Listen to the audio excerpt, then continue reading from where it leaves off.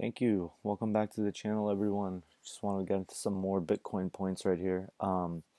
It's a very interesting year, very interesting time right now. Um, Looks like we found the bottom at 24,800. We're currently sitting at 26,500, almost 26,600. So we're definitely making some strides.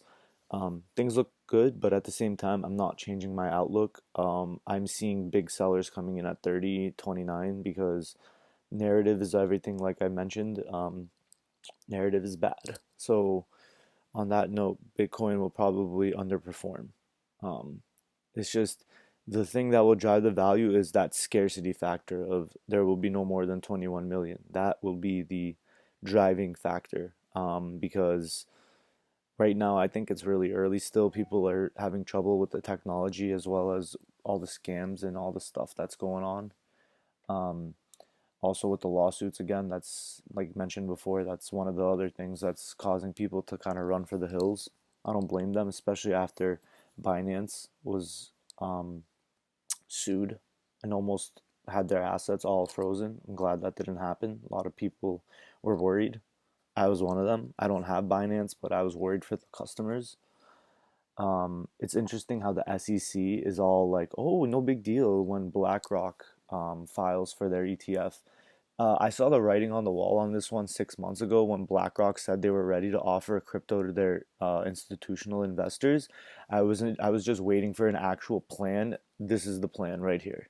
So it's interesting how you had SEC throwing lawsuits last week, and now this week BlackRock's ETF is coming into play, and it's like, oh, welcome, welcome. That goes to show you that BlackRock has a big role in the economy, and BlackRock has a big role in the world economic system. Um, as you know, they have $11 trillion assets under management, AUM. That's probably the most out of any asset manager in the world.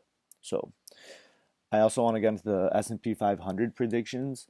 I think we're gonna have a correction to the SPY and the S&P 500 index in general. I think we're going back down to 4,000 or 4,100 in my opinion, just based on economic data being where it's at. This could be good and bad depending on what position you're on. If you're doing puts on the SPY, you're going to be doing okay, but I would exercise with pure caution on this one because we are in a time where the market is doing things that we've never seen. It is defying all odds and all statistics and all history. So it's almost like what you think is going to happen, do the opposite because the opposite will happen.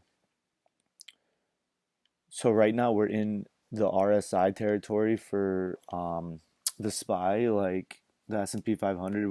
We're in like 75 for the RSI.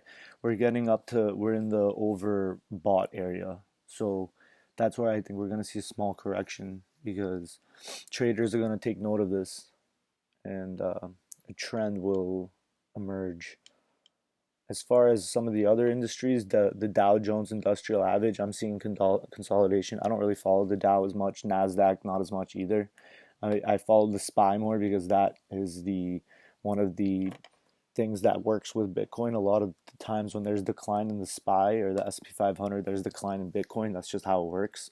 Just because I guess it's tech heavy. Um, so my current price predictions for Bitcoin this year, I'm predicting by the end of the year, maybe 31, 32. This summer, we'd be lucky to get above 30. But again, I could be wrong. You know, I'm not a financial advisor. I'm just a market and data analyst. But just based on the statistics, yeah. But if you want to take a look at the RSI right now for Bitcoin, we're sitting at a pretty interesting neutral level, I believe. Maybe not right now because we just gained $1,000 in a day, but let's take a look here. So actually the RSI, you have it down in 50, and then yesterday it was like 41. So you're in neutral level with the RSI on the Bitcoin chart. So most of the major coins up today. My Lady leading the pack, up about 24%, I believe.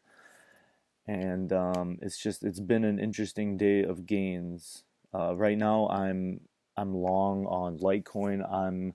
I'm not shorting Jasmy, but I'm only day trading it. I'm not trying to hold on to it for a very long time. It's just the chart pattern it's a very interesting relationship between 0.003 cents and 0.007.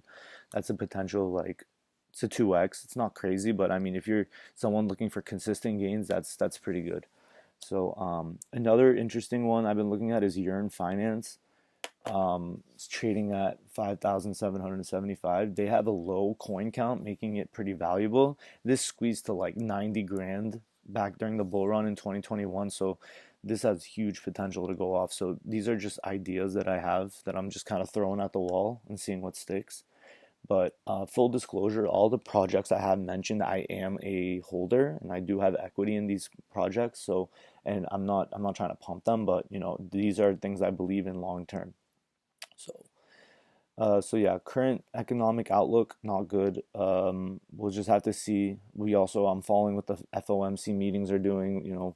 This month they pivoted by not raising rates, but of course they said we're going to continue to though. So we'll see what happens. I think more economic uncertainty is to come. But I'd be sitting back, accumulating light stuff, not a lot at once, just dollar cost averaging, try to get the best price in there, and we'll see where it goes. Catch you guys with another update. Don't forget to like, subscribe, drop a comment, even if it's negative. I want to know what you think. Everyone have a great day. Thanks for tuning in.